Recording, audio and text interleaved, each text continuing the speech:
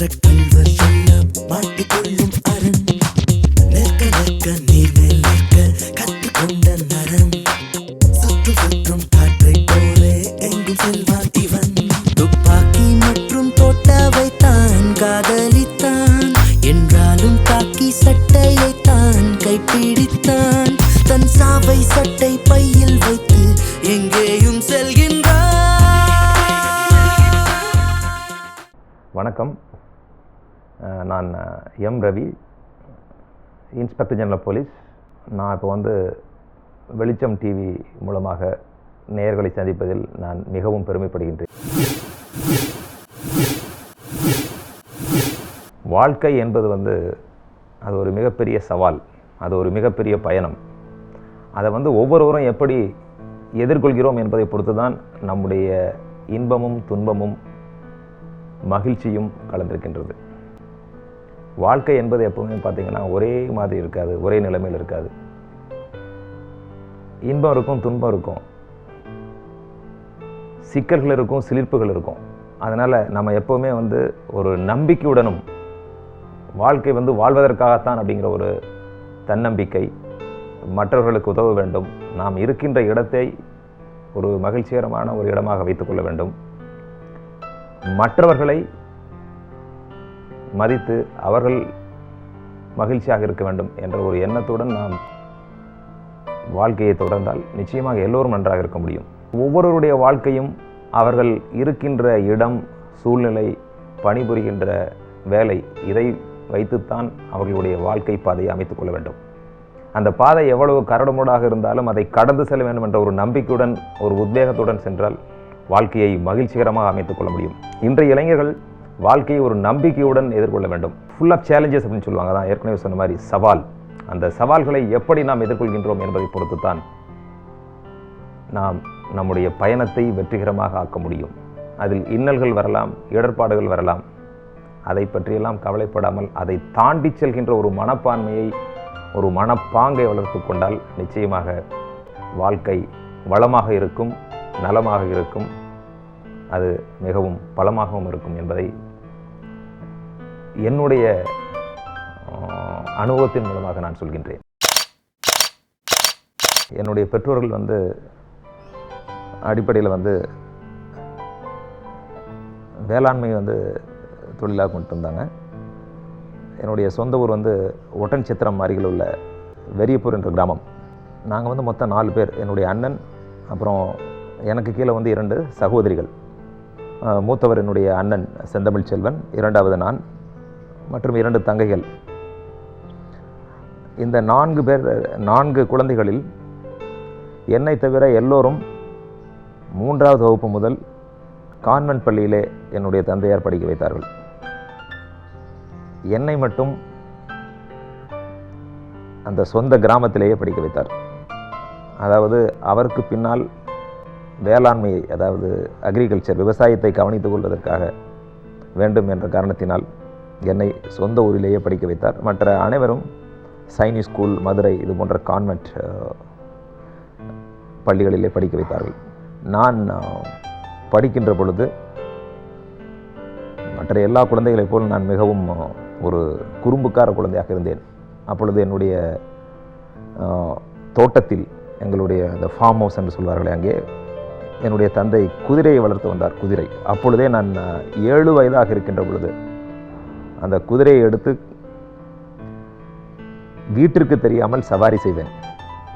அதனால் எங்களுடைய கிராமத்தில் இன்றும் அப்பொழுதே குதிரை வீரன் என்று சொல்லக்கூடிய ஒரு பெயர் நிலைமை இருந்தது. இப்படி நான் அதிகமாக குறும்பு செய்த காரணத்தினால் 7வது வகுப்பு 7th ஸ்டாண்டர்ட் அது முதல் பழனிக்கு அருகிலே உள்ள ஒரு பள்ளியில், மணிமேகலை இளங்கோ உயர்நிலைப் பள்ளி என்ற ஒரு பள்ளியிலே படிக்க வைத்தார்கள். அங்கே தங்கும் விடுதி இருக்கின்றது, அங்கே விடுதியிலே போட்டார்கள். ஸோ இப்பொழுது பார்க்கின்ற பொழுது, நான் ஊரில் இருக்கின்ற பொழுது குறும்புத்தனம் செய்தாலும், நான் விடுதியிலே விட்ட பொழுதும் என்னுடைய அந்த எனர்ஜி என்று சொல்வார்களே, என்னுடைய அதற்கு ஒரு வடிகாலாக நான் பல்வேறு விளையாட்டுகளில் ஈடுபட்டேன். அதேபோல் படிப்பிலும் முதல் மாணவனாக தான் வந்து கொண்டிருந்தேன். அப்பொழுது இப்படி அங்கு அந்த மணிமேகலை இளங்கோ உயர்நிலைப் பள்ளியில் SSLC, அப்பொழுது 11th ஸ்டாண்டர்ட் என்று சொல்வார்கள், அதிலே முதன் மாணவனாக அந்த பள்ளியிலே நான் வெற்றி பெற்றேன். அந்த பள்ளியிலே படிக்கின்ற பொழுது நான் என்னுடைய புத்தகத்திலே எம் ரவி ஐபிஎஸ் என்று எழுதுவேன். அப்பொழுது ஐபிஎஸ் என்று சொன்னால் இந்தியன் போலீஸ் சர்வீஸ் என்ற அந்த ஒரு எக்ஸ்பென்ஷனே எனக்கு தெரியாது. ஆனால் பேப்பரிலே படித்ததை வைத்து எம் ரவி ஐபிஎஸ் என்று என்னுடைய புத்தகங்களே எழுதியிருக்கின்றேன். இது என்னுடைய அந்த சப்கான்சியஸ் மைண்ட் என்று சொல்வார்களே, அந்த உள் மனதிலே இருந்த ஒரு ஆசை. அப்பொழுதே என்னுடைய ஆசையில் கேட்கின்ற பொழுது நான் இராணுவத்திலோ அல்லது சீருடை அணுகின்ற ஒரு பணியிலே தான் சேர்வேன் என்ற ஒரு எண்ணம் இருந்தது அப்பொழுது. அதற்கு பிறகு நான் திருச்சியிலே சென்ட் ஜோசப்ஸ் கல்லூரியிலே பியூசி படித்தேன். அது முடித்த பின்பு BSc agriculture, MSc agriculture. MSc agriculture படிக்கின்ற பொழுது நான் வங்கி தேர்வுக்கு ஆயத்தமானேன். அப்பொழுதெல்லாம் பிஎஸ்சி அக்ரி அப்படி என்று சொல்வது MBBS, bachelor of BE and BSc agriculture, veterinary, இந்த 4 வகையான படிப்புகள் தான் அப்பொழுது இருந்தது. இப்பொழுது போன்று பல்வேறு பிரிவுகள் எல்லாம் கிடையாது. எனவே அப்பொழுது அக்ரிகல்ச்சர் என்பது ஒரு மிகப்பெரிய ஒரு உயர்ந்த ஒரு படிப்பாக கருதப்பட்டது. இப்பொழுதும் அதுதான் கருதப்பட்டு தான் வருகின்றது. அதை முடித்த பின்பு நான் வங்கியிலே பணிபுரிந்தேன். அகில இந்திய வங்கி தேர்வு எழுதி அதிலே டெல்லியிலே பணிபுரிந்தேன். அப்பொழுது எனக்கு ஏற்கனவே எப்படியும் இந்தியன் போலீஸ் சர்வீஸ், அதாவது சிவில் சர்வீஸில் வந்துவிட வேண்டும் என்ற ஒரு எண்ணம் இருந்தது. ஒரு ambition, unconscious or subconscious ambition இருந்தது, ஹிடன் ஆம்பிஷன். அதற்காக நான் டெல்லியிலே தங்கியிருந்த பொழுது டெல்லியிலே சிண்டிகேட் பேங்கிலே நான் அதிகாரியாக பணியில் அமர்ந்தேன். அப்பொழுது நான் வேலை பார்த்து கொண்டே இந்த ஐபிஎஸ் தேர்வுகளை எழுத வேண்டும் என்ற எண்ணத்தில் அதற்கு தயார் செய்து கொண்டிருந்தேன்.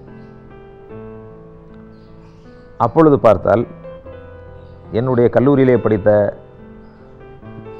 நண்பர்கள் அனைவரும் நான் இருக்கின்ற இடத்திற்கு என்னுடன் சேர்ந்து இந்த ஐபிஎஸ் தேர்வுகளை எழுதுவதற்காக ஆயத்தம் செய்து கொண்டிருந்தார்கள். அதிலே சொல்லப்போனால் என்னுடைய நண்பர்கள் இறையன்பு ஐஏஎஸ் இருக்கின்றார் தமிழ்நாட்டிலே. அடுத்து இப்பொழுது சைலேந்தர் பாபு ஏடிஜிபி, மற்றும் கோயம்புத்தூரிலே கமிஷனராக இருக்கின்ற விஸ்வநாதன், ஏகே விஸ்வநாதன் அவர்கள், இன்டர்போலிலே இருக்கின்ற ஜெகநாதன், இப்பொழுது பாரிஸிலே இன்டர்போலிலே பணிபுரிகின்றார் ஜெகநாதன் ஐபிஎஸ், மற்றும் இன்கம் டேக்ஸ் பிரின்சிபல் கமிஷனராக இருக்கின்ற ஆல்பர்ட் கேப்ரியல். இது போன்ற பல்வேறு கிட்டத்தட்ட ஒரு 15 நபர்கள் என்னுடைய ஃப்ளாட், அதாவது அங்கே இருக்க அந்த பேங்க் கொடுத்த அந்த ஒரு ஃப்ளாட்டில் இருந்து படித்தாங்க. 1988 இந்த ஐபிஎஸ் தேர்விற்கு நான் இன்டர்வியூ சென்றிருந்தேன். ஆனால் கடைசி வரை முதல் கட்ட தேர்வு, 2வது கட்ட தேர்வு எல்லாம் எழுதிவிட்டு கடைசியில் சென்றிருந்தேன். அதில் ஒரு கொஞ்சம் மதிப்பெண்கள் குறைந்து விட்டதால் நான் செல்ல முடியவில்லை. என்னுடன் தங்கியிருந்த கிட்டத்தட்ட 15 நபர்களும் ஐஏஎஸ், ஐபிஎஸ் போன்ற இந்த சிவில் சர்வீஸ் தேர்வுகளுக்கு சென்று விட்டார்கள். கடைசியாக 1990 ஆண்டு எழுதிய தேர்விலே அகில இந்திய அளவிலே 27வது இடத்திலே வெற்றி பெற்று தமிழகம் எனக்கு ஹோம் கேடராக கிடைத்தது.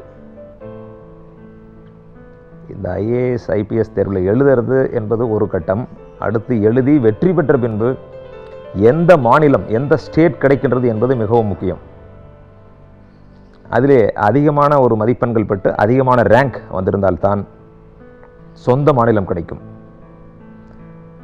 அந்த வகையிலே நான் வெற்றி பெற்று என்னுடைய சொந்த மாநிலமான தமிழகத்திற்கு என்னை அலாட் செய்தார்கள்.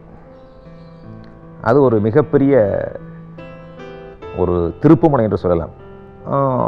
நான் ஏற்கனவே சொல்கிறது போல் பார்த்தீங்கன்னா, எங்கள் அப்பா மற்ற 3 பேர்த்தையும் பெரிய பெரிய ஸ்கூலெல்லாம் படிக்க வச்சார். சைனிக் ஸ்கூலில் படித்தார் என்னுடைய அண்ணன்.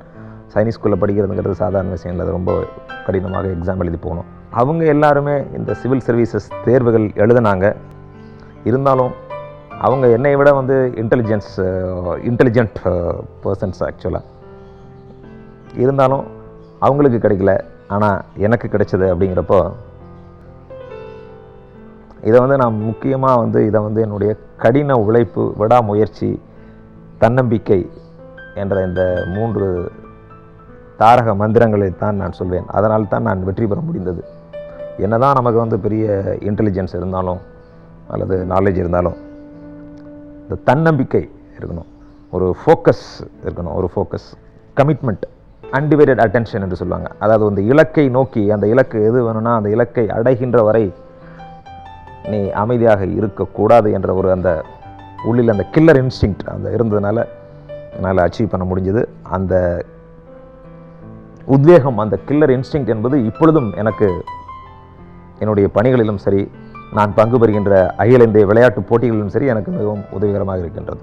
அதேபோல் என்னுடைய தந்தையார் முதலாக இந்த பணி கிடைத்தவுடன் நான் பணிக்கு பயிற்சிக்காக செல்கின்ற பொழுது அவர் சொல்லியது, உன்னுடைய பணியிலே நீ மற்றவர்களிடம் ஒரு டீ கூட வாங்கி குடிக்கக்கூடாது என்று சொன்னார்கள். அதுதான் இப்பொழுதும் என்னுடைய மனதிலே ஒலித்துக் கொண்டிருக்கின்றது. அது என்னுடைய ஒரு மறக்க முடியாத ஒரு நிகழ்ச்சி. என்னுடைய அம்மாவை பொறுத்தவரையிலே அவர்களுக்கு அடிப்படையிலே ஒரு போலீஸ் பயிற்சி, அவர்கள் படிக்கின்ற பொழுது ஒரு போலீஸ் பயிற்சி எடுத்திருக்கின்றார்கள். அப்பொழுது ESSLs என்று சொல்வார்கள், 8வது படிக்கின்ற பொழுது அந்த ஒரு போலீஸ் பயிற்சிக்காக சென்றிருந்தார்கள். என்னவோ அவர்களுக்கு போலீஸ் பிடிப்பதில்லை, ஆனால் அவர்களுக்கு அந்த போலீஸ் பிடிக்காவிட்டாலும் நான் போலீஸ் அதிகாரியாக வந்ததிலே அவர்களுக்கு மிகப்பெரிய ஒரு மகிழ்ச்சி. அப்போ நான் வந்து பயிற்சியில் இருக்கிறப்பெல்லாம் பார்த்தீங்கன்னா, இப்போ மாதிரி இந்த இன்டர்நெட் இந்த மாதிரி வசதிகள்லாம் ரொம்ப குறைவு. அப்போ வந்து கடிதம் தான் எழுதுவோம். அப்போது எங்கள் அம்மா கடிதம் எழுதினாங்க, இந்த மாதிரி மகனே, நீ வந்து நாட்டுக்கு நல்லவனாகவும் வல்லவனாகவும் நீ பணிபுரிய வேண்டும், வாழ வேண்டும் என்று கடிதம் எழுதியிருந்தார்கள். அது இப்பொழுதும் என்னுடைய மனத்திரையிலே ஓடிக்கொண்டே இருக்கின்றது. எதை பார்க்கின்ற பொழுதும் என்னுடைய தந்தையார் சொல்லிய அந்த சொல்லும், என்னுடைய தாயார் எழுதிய அந்த வரிகளும் எப்பொழுதுமே எனக்கு நினைவுக்கு வந்து கொண்டிருக்கின்றன. அதுபோன்று இந்த தேர்வுகளுக்கு IAS IPS தேர்வை எழுத வேண்டும் என்ற ஒரு எண்ணத்தை உருவாக்கியது என்னுடைய அண்ணன் செந்தமிழ் செல்வன். அவர்தான் முதலில் இந்த தேர்வுகளை எழுதி கொண்டிருந்தார்.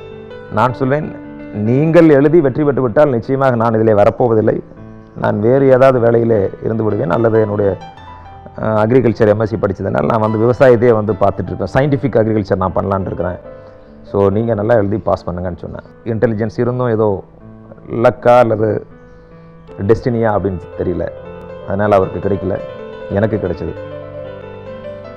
இதெல்லாம் பாப்பான் வந்து இளங்கோவடிகள் செங்குட்டுவன் நீங்கள்லாம் கேள்விப்பட்டிருப்பீங்க. அப்போ வந்து இளங்கோடியில் பார்த்து நீ தான் வந்து மன்னனாவன்னு சொன்ன உடனே அவர் வந்து துறவியாக போயிடாரு.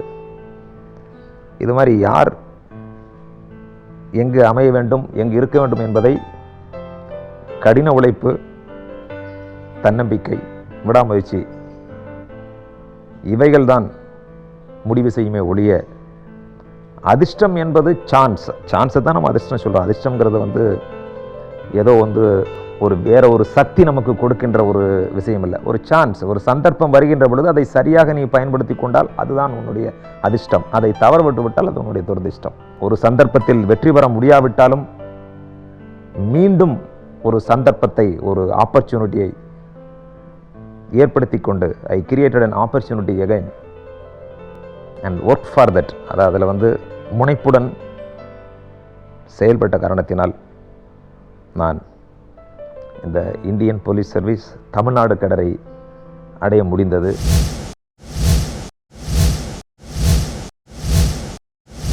வாழ்க்கை வந்து மிகப்பெரிய சவால்னு சொன்னேன். அது மாதிரி இந்த காவல்துறை பணி வந்து அது சவால்களுக்கெல்லாம் ஒரு சவால்னா சொல்லலாம்.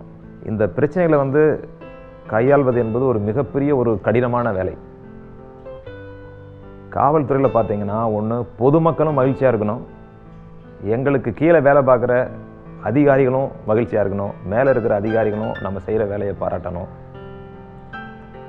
அப்புறம் இதற்கெல்லாம் வந்து இடையில பார்த்தீங்கன்னா ஃபேமிலியும் வந்து ஹாப்பியாக இருக்கணும். இதை எல்லாத்தையுமே பேலன்ஸ் பண்ணி போகிறது தான் எங்களுடைய வேலை. காவல்துறையில் மற்ற ப்ரைவேட் ஜாப் மாதிரி கிடையாது. இதில் வந்து இவ்வளோலாம் இந்த சிக்கல்கள் கிடையாது. அப்புறம் இதுக்கு மத்தியில் அரசாங்கத்துக்கும் வந்து ஒரு நல்ல பெயர் எடுத்து கொடுக்கணும். இப்படி எல்லாத்துக்கும் நல்ல பெயர் எடுத்து கொடுக்கணும், அந்த செயலும் நல்லதாக இருக்கணும் அப்படிங்கிற ஒரு மிகப்பெரிய ஒரு சேலஞ்ச். இதில் ஒரு மிகப்பெரிய சவாலான விஷயமாக நான் வந்து விழுப்புரத்தில் 98 ஒரு நிகழ்ச்சியை சொல்ல முடியும். அப்போ வந்து எலெக்ஷன், பார்லிமெண்ட் எலெக்ஷன் நடக்கிறதுக்கு ஒரு 2 நாள் இருக்குது. பிப்ரவரி 28 நினைக்கிறேன் பார்லிமெண்ட் எலெக்ஷன். 26ஆம் தேதி வந்து திண்டிவனத்தில் டாக்டர் அம்பேத்கர் அவர்களுடைய சிலைக்கு வந்து ஒரு மாலையை அனுப்பிச்சிடுறாங்க, ஒரு செருப்பு மாலையை போட்டுறாங்க. அப்போ நாங்களாம் அப்போ வந்து கலெக்டர் அப்சர்வர்ஸ் அங்கே மீட்டிங்கில் இருக்கோம். எனக்கு ஒரு 7 o'clock இன்ஃபார்ம் பண்ணுறாங்க, இந்த மாதிரி ஒரு நிகழ்ச்சி நடந்து போச்சு. கிட்டத்தட்ட ஒரு 5000 நபர்களுக்கு மேலே அங்கே கூடி ஒரே பிரச்சனைகள். அங்கே வந்து இந்த மாலையை வந்து அகற்ற முடியாது, குற்றவாளிகளை வந்து கைது செய்யும் வரை இந்த மாலையை வந்து நாங்கள் அகற்ற விட மாட்டோம்னு சொல்லி அங்கே ஒரு சிலைக்கு கீழே வந்து ஒரு 5000 பேர் பஸ்ஸில் கல்லறி. அங்கே சட்டம் ஒழுங்கு பிரச்சனை. அங்கே எல்லா அதிகாரிகளும் அனுப்பிச்சோம், எந்த அதிகாரினாலையும் எதுவும் பண்ண முடியல. அப்போ வேறு வழியில் சரி நம்ம தான் போய் அதை வந்து கையாளணும் அப்படிங்கிற ஒரு நிலைமை வந்துருச்சு. ஃபுல்லாக டிராஃபிக் ஜாம், திண்டிவனம் சென்னை ரூட்டில் எல்லாமே. அப்போ வந்து எந்த ஃபோர்ஸும் கையில் இல்லை. அங்கே வந்து பயிற்சியில் ஈடுபட்டிருந்த காவலர்களை ஒரு 50 பேர்த்த எடுத்துகிட்டு நான் வந்து டிராஃபிக் ஜாமெல்லாம் கிளியர் பண்ணி போயிட்டே இருக்கிறேன். அப்போ போகிறப்ப வந்துச்சு, இந்த மாதிரி இவ்வளோ பெரிய கூட்டங்கள் இருக்குது, பெரிய பிரச்சனை நடந்துகிட்டு இருக்குது, மாலையை வந்து செருப்பு மாலையை வந்து அதை அங்கேருந்து வந்து கலட்டக்கூடாது அப்படிங்கிற ஒரு நிலைமை இருக்குது, என்ன செய்கிறது அப்படின்னு யோசனை பண்ணிகிட்டே போனேன். அப்போ பார்த்தீங்கன்னா அது ப்ரெசன்ஸ் ஆஃப் மைண்ட். அங்கே போகிறப்ப அந்த சாலை ஓரத்தில் ஒரு கடையை பார்த்தா அங்கே ஒரு மாலை, ஒரு பூ மாலை தொங்கிட்டு இருந்துச்சு. உடனே நிறுத்த சொல்லி என்னுடைய டிரைவர் கன்மேன், அந்த கோவிந்தராஜ் சாமின்னு ஒரு கன்மேன், அவர் போய் உடனே அந்த ஒரு மாலையும் ஒரு மினரல் வாட்டர் பாட்டிலும் வாங்கிட்டு வான்னு சொன்னேன். வாங்கி வண்டியில் வச்சுட்டேன். வண்டியில் வச்சுட்டு ஒரு அடுத்த அந்த அங்கேருந்து அந்த திண்டிவனத்தை அடைவதற்கு ஒரு 1/2 மணி நேரம் போன உடனே அப்படியே என்னுடைய ஷூவை அப்படியே ரிமூவ் பண்ணிட்டு அந்த சிலை மேலே கடகடன்னு ஏறி அந்த செருப்பு மாலை கீழே தூக்கி போட்டுட்டு அந்த கன்மேன் கோவிந்தசாமிகிட்ட ஒரு வாட்டர் பாட்டில் கொடுன்னு சொல்லி அப்படியே அந்த சிலைக்கு மேலே ஊற்றி அப்படியே அபிஷேகம் பண்ணுற மாதிரி அந்த மினரல் வாட்டரில் கழுவிட்டு அந்த பூமாலையை தூக்கி போட்டேன். அந்த கீழே இருந்த 5000 பேர் அப்படியே வந்து கைதட்டி கரவொலி எழுப்பினாங்க. உடனே பிரச்சனை முடிஞ்சு போச்சு. இது போன்ற பிரச்சனைகளை வந்து நம்ம வந்து சட்டம் ஒழுங்கு என்ற ஒரே பார்வையில் பார்க்கக்கூடாது. மனிதாபிமானம், மனித நேயம், சூழ்நிலை, சுற்றுப்புறம், இப்படி பல்வேறு வகையான உத்திகளை யோசனை செய்து நாம் வழி தேட வேண்டும். ஒவ்வொருத்தருக்கும் ஒரு ரோல் மாடல் இருப்பாங்க, உங்களுக்கு கூட ரோல் மாடல் இருப்பாங்க. ஆனால் என்னை பொறுத்தவரை என்னுடைய அப்பா தான் எனக்கு வந்து ரோல் மாடல். ஏன்னு கேட்டிங்கன்னா அவர் வந்து ஒரு செக்யூலர் மேன், செக்யூலர் அவுட்லுக், சாதி சமயம் இதற்கெல்லாம் அப்பாற்பட்டவர். ஊரான் பிள்ளையை கூட்டி வளர்த்தால் தன் பிள்ளை தானாக வளரும் அப்படின்னு அடிக்கிறத இந்த சின்ன பையனாக இருக்கப்போ சொல்லுவாங்க. அதனால் ஒரு மற்றவங்களுக்கு உதவி செய்யணும், மற்றவனுக்கு உதவி செய்கிறப்ப எதிர்பார்த்து செய்யக்கூடாது அப்படின்னு சொல்லுவாங்க. அது இப்போவும் எனக்கு என்னுடைய மனதில் இருக்குது. அதனால் அவர் தான் இப்பொழுதும் எப்பொழுதும் அப்பொழுதும் என்னுடைய தந்தை தான் எனக்கு வந்து இன்ஸ்பிரேஷன். வரலாற்றை எடுத்துக்கொண்டால் எனக்கு வந்து பிடித்த மிகப்பெரிய 3 மேதைகள் என்று சொல்லலாம், அல்லது கேரக்டர்ஸ் என்று சொல்லலாம். ஒன்று புத்தா, 2வது அக்பர், 3வது அசோகர். இந்த 3 பெரிய மனிதர்களுக்கும் ஒரு ஒற்றுமை இருக்கு. எல்லாருமே இந்த 3 நபர்களுமே பார்த்தீங்கன்னா டாலரன்ஸ், அதை வந்து சகிப்புத்தன்மை, நான் வயலன்ஸ் அப்படிங்கிற கொள்கையை கொண்டிருந்தாங்க. என்னை பொறுத்தவரை என்னுடைய ட்ரீம் மக்கள் தொண்டே மகேசன் தொண்டு. அது வந்து இந்த யூனிஃபார்ம் போட்டு ஐபிஎஸ் பதவியில் இருந்தாலும் சரி, நான் ஓய்வு பெற்ற பின்பு இருந்தாலும் சரி, மக்களுக்காக உங்களுக்காக எப்பொழுதும் நான் பணியாற்ற வேண்டும் அப்படிங்கிறது தான் எனக்கு இருக்குது. ஓய்வில்லாமல் உழைக்க வேண்டும், எப்பொழுதும் 24 மணி நேரம் எந்த நிலையிலும் எப்பொழுதும் மக்களுக்காகவே எந்த எதிர்பார்ப்பும் இல்லாமல் என்னுடைய வாழ்க்கையை அர்ப்பணிக்க வேண்டும் என்பதுதான் என்னுடைய எண்ணம்.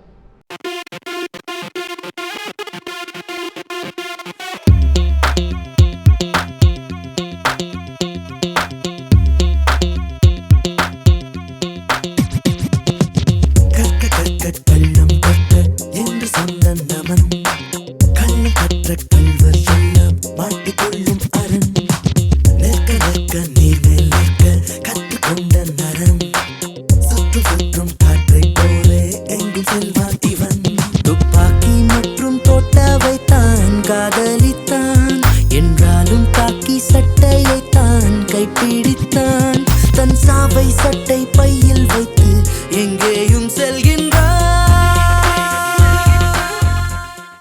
ஃபோக்கஸ் வேணும். Focus, commitment, attention, undivided attention. இது இருந்துச்சுன்னா நிச்சயமாக வந்து you can achieve the objective target. இப்போ சிவில் சர்வீசஸோ அல்லது எனி ஜாப், அதில் வந்து அக்கு வேற ஆணி வேற பிரிச்சிடணும். அதாவது வந்து என்ன இதில் இருக்குது, என்ன வழிமுறைகள், அந்த வழிமுறைகளுக்கு தகுந்த மாதிரி உங்களுடைய ஸ்ட்ராட்டஜிஸ் அதை வந்து தெரிஞ்சுக்கணும், அதை வந்து டெவலப் பண்ணணும். உத்திகள், தமிழில் சொன்னால் உத்திகள். நான் ஏற்கனவே சொன்ன மாதிரி அந்த கில்லர் இன்ஸ்டிக்ட் இருக்கணும். அதாவது ரிப்பீட்டட் ஃபெயிலியர்ஸ் வரலாம். அதாவது failures R stepping stones to success அப்படின்னு சொல்லுவாங்க. அதாவது வந்து ஃபெயிலியர் வந்து எப்போவுமே போஸ்ட்போன்டு விக்டரி. இன்றைக்கி வந்து ஃபெயிலியர், நாளைக்கு வந்து வெற்றியாக அது மாறலாம். அந்த ஒரு நம்பிக்கையுடன் இளைஞர்கள் செயல்பட்டால் நிச்சயமாக நீங்கள் வந்து எந்த ஒரு தொலைநோக்கு பார்வையில் இருக்கீங்களோ அதை நிச்சயமாக அதை அடைய முடியும், அந்த இலக்கை அடைய முடியும். வாழ்க்கையில் வந்து தன்னலம் அப்படிங்கிறது இருக்கக்கூடாது. செல்ஃபிஷ்னு சொல்லுவாங்க இல்லையா, அந்த தன்னலமாக இருந்தால் நிச்சயமாக நம்ம வந்து ஒரு தொலைநோக்கு பார்வை இருக்காது. ஃபோர்சைட் அண்ட் ஃபார்சைட்டட்னஸ் வேணும்னு சொல்லுவாங்க. இப்போ நான் நினச்சிருந்தேன்னா வந்து என்னுடைய ஆம்பிஷன், ஆசைகளை, இலக்குகளை வந்து ஒரு சாதாரணமாக விட்டுருந்தேன்னா ஒரு பேங்க்கில் ஒரு அதிகாரியாக தான் இருந்திருப்பேன். ஆனால் என்னுடைய அந்த ஒரு கில்லர் இன்ஸ்டிங் மூலமாக நான் ஒரு ஐபிஎஸ்ஐ வந்து அச்சீவ் பண்ண முடிஞ்சுது. அதற்கு காரணம் வந்து ஒரு தொலைநோக்கு பார்வை, ஒரு தன்னலம் இல்லாத ஒரு பார்வையாக இருக்கணும். எதையுமே பார்த்தா ஒரு ப்ரிஜுடைஸ்ட் ஒப்பீனியன் ஆயிரும். நம்ம வந்து ஒரு நம்முடைய இன்ட்ரெஸ்ட்டை மட்டும் பார்த்தோம்னா அது வந்து ஒரு கலர்டு ஒப்பீனியனாக இருக்கும். அது வந்து ஒரு பெரும்பான்மையினர் விரும்பக்கூடிய ஒரு முடிவாக இருக்காது. அதனால் எல்லோரும் மகிழ்ச்சிகரமாக இருக்கிறாங்கன்னா ஒரு பொதுவான ஒரு முடிவு தான் எடுக்கணும். அதனால் பொதுநலத்தை நீங்கள் வந்து கருதுனீங்கன்னா உங்களுடைய தன்னலம், அதாவது இவருடைய self interest will be taken care of if you think of public interest. அதுதான் முக்கியம். அதனால் நீங்கள் வந்து நான் என்று இல்லாமல் நாம் என்ற ஒரு எண்ணத்தில் இருக்க வேணும். ஐ என்று இல்லாமல் வி என்ற ஒரு எண்ணத்தில் இருந்தால் நிச்சயமாக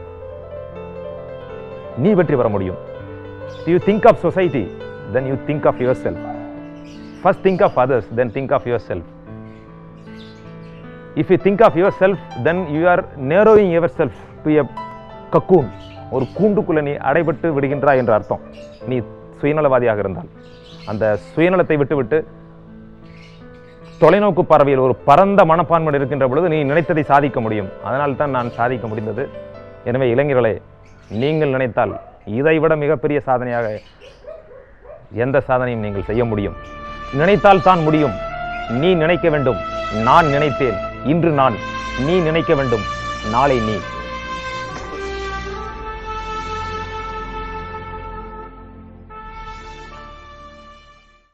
TN22AB 1445 என்ற ஷேர் ஆட்டோவை 2 நபர்கள் திருடி, அந்த திருடிய ஷேர் ஆட்டோவில் ஒரு பெண்ணை கடத்தி கிழக்கு கடற்கரை சாலை வழியாக மகாபலிபுரம் நோக்கி செல்வதாக தகவல் வந்துள்ளது.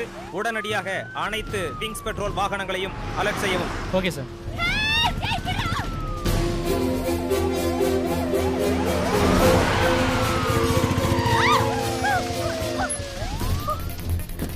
Come on, fast.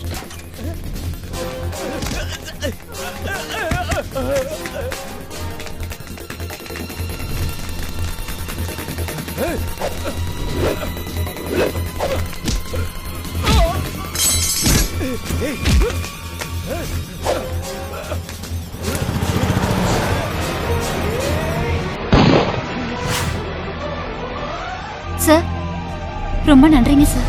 சட்டம் ஒழுங்கை பராமரிப்பதிலும் சரி, குற்றங்களை தடுப்பதிலும் சரி, குற்றங்களை கண்டுபிடிப்பதிலும் சரி, நாங்கள் எங்களுடைய கடமையை சரிவர ஆற்றுவோம்.